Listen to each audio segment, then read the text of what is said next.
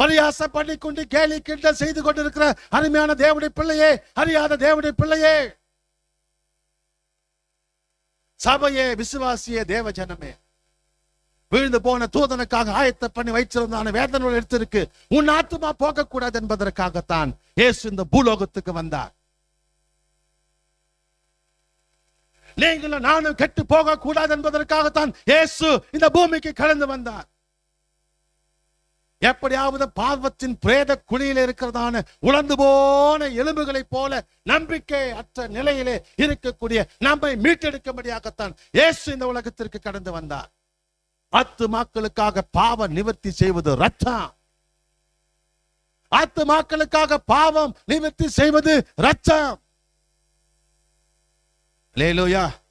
அந்த ரத்தம் சிந்துதல் இல்லாமல் பாவ மன்னிப்பு இல்லை என்று சொல்லி எல்லா வேதங்களும் சொல்கின்றன.